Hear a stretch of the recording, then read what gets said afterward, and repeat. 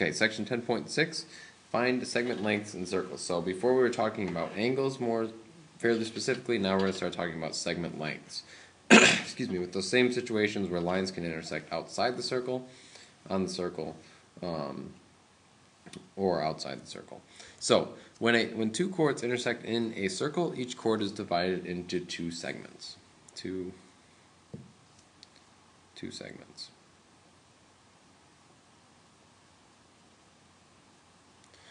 Okay. If two chords intersect inside a circle, we have a theorem that will help us out here. The product of one chord, product of the lengths of one chord is equal to the product of the lengths of the other chord. Now, if that's confusing, let's write it in something that makes a little bit more sense. All this says is that since this intersection breaks up, for instance, dB into two pieces here, if I take those two pieces, multiply them together, that's going to equal the other two pieces multiplied together. So if I take in red DE, the length of DE, times that by EB, that will give me CE. Actually, let's do that in blue. That would be even better. CE times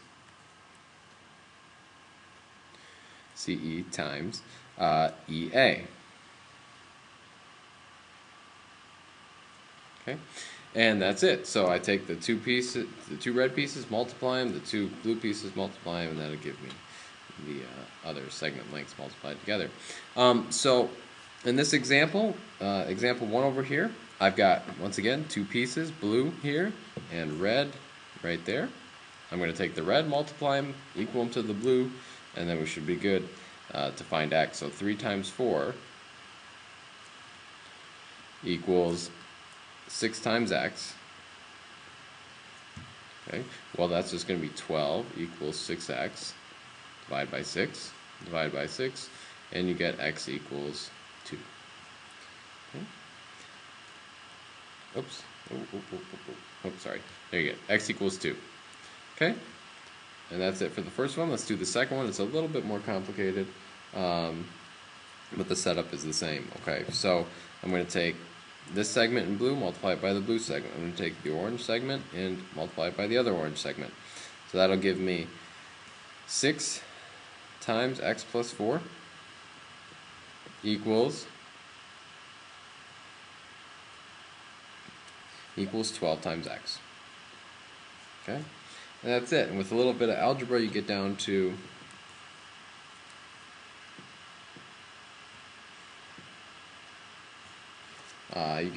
x equals 4, hopefully. So double check my math. I think you get down to x equals 4. And that's it. What's really important on those is the setup. Okay?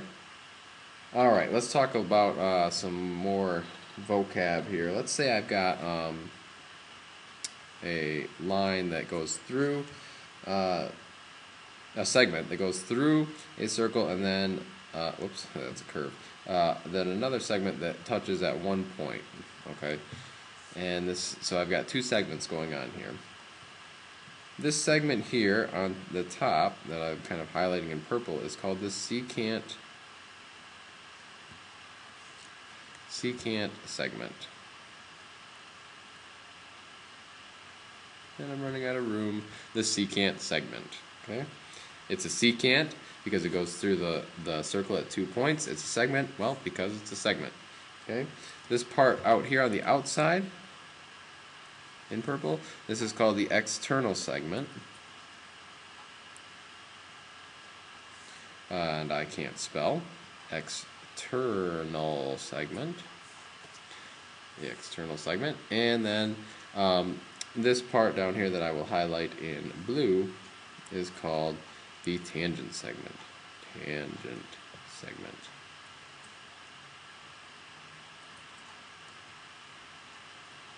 Okay, so just a little bit of vocab there that you probably kind of would have guessed anyway. Tangent segment and secant segment. Okay. All right, let's go ahead and theorem 10.15, segments of secant's theorem. Okay, this says that if I take EB, the whole thing, Okay, so this is the whole thing, EB in blue. Okay, and I multiply that by EA. Right, so I take EA, the small segment outside, the external segment, multiply that by the whole thing. That's the important part that everyone seems to miss. Multiply that by the whole thing, EB. That's going to equal the same deal on the other side. So the whole thing BD,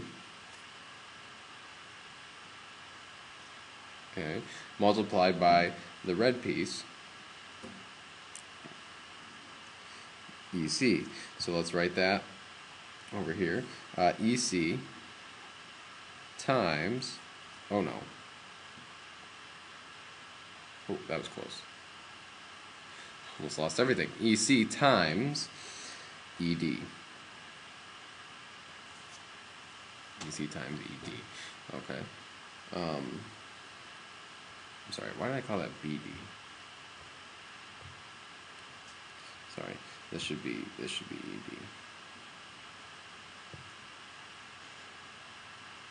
Okay, ED. Alright, let's do an example over here.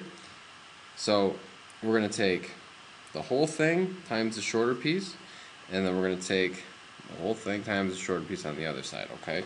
So I'm going to take 6 times the entire thing, alright? So I'm going to take 6 times 10. 6 plus 4 is 10. So 6 times the entire thing. And that is going to equal, that's going to equal 5 times the entire thing. Now this is where it gets a little bit tricky. The whole thing here is 5 plus x. So it's going to be 5 times 5 plus x. Alright, so that's going to give me on the left is 60 equals 5 times 5 is 25. 5 times x is 5x, so 25 plus 5x minus 25, blah, blah, blah. You guys can do the algebra. You get down to x equals 7. Okay, but the whole key here is that I take short segment times the whole thing equals short segment times the whole thing. Okay, let's move on to the next example. Excuse me, the next theorem. So let's see, bring up the next picture. The last one here for section 7.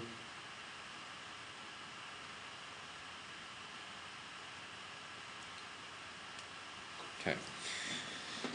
Theorem 10.16 says something similar to the top theorem right above it. It says that if I take this tangent segment, EA, and I square it, that's going to give me the short segment here times the entire thing. ED is the whole thing. Okay, so that's going to equal EC times ED. Okay, once again, shorter segment times the entire thing. Okay. So let's look at an example of where this would happen. This one, the first part's pretty straightforward. I find my tangent segment here is 15 on this first example. So it's going to be 15 squared. And that's going to equal the short segment, 9, times the whole thing. And that whole thing is going to be 4x plus 9. Okay, so 9 times 4x plus 9. Okay, sorry, I should say equals here.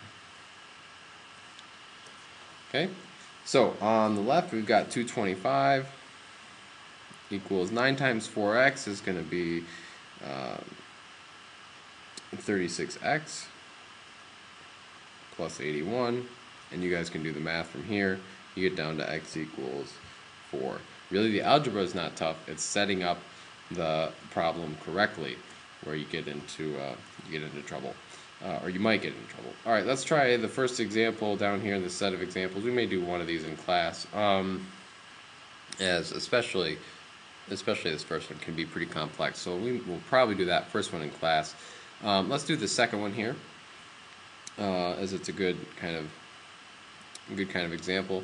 So this is, in this one I've got two secant segments. So I've got TR as a secant segment, and I've also got TV as a secant segment. Alright, so my theorem for that says that I'm going to take the shorter segment, 21, multiply that by the whole thing. Okay, well, the whole thing is going to be 21 plus 2x plus 8. Alright, so multiply that by 21 plus 2x plus 8. Alright, and that's going to equal 27, which is the other shorter segment here. 27 times the whole thing, which is 27 plus x. I know, going into the other example, this is probably the only one that I'll do on the video, so if you leave yourself some space on the other one, we'll probably do that in class. Alright, so the first thing I'm going to do is simplify this other side, and when you combine like terms here, 21 and the 8, and you distribute the 21, you end up with 609 plus 42x equals, let's distribute the 27 over here. This is going to give us 729 plus 27x.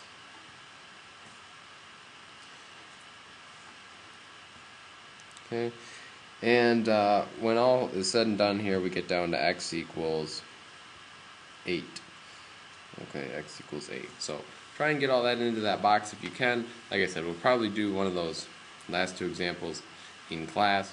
But like I've said over and over, the algebra is not the tough part.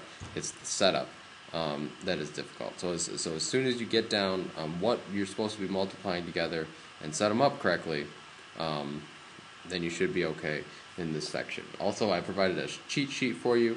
I believe if you turn to the next page in your notes, it has these formulas laid out a little bit nicer and a little bit kind of simpler to hopefully kind of make this section even a little bit easier on you. Okay, we'll see you tomorrow in class.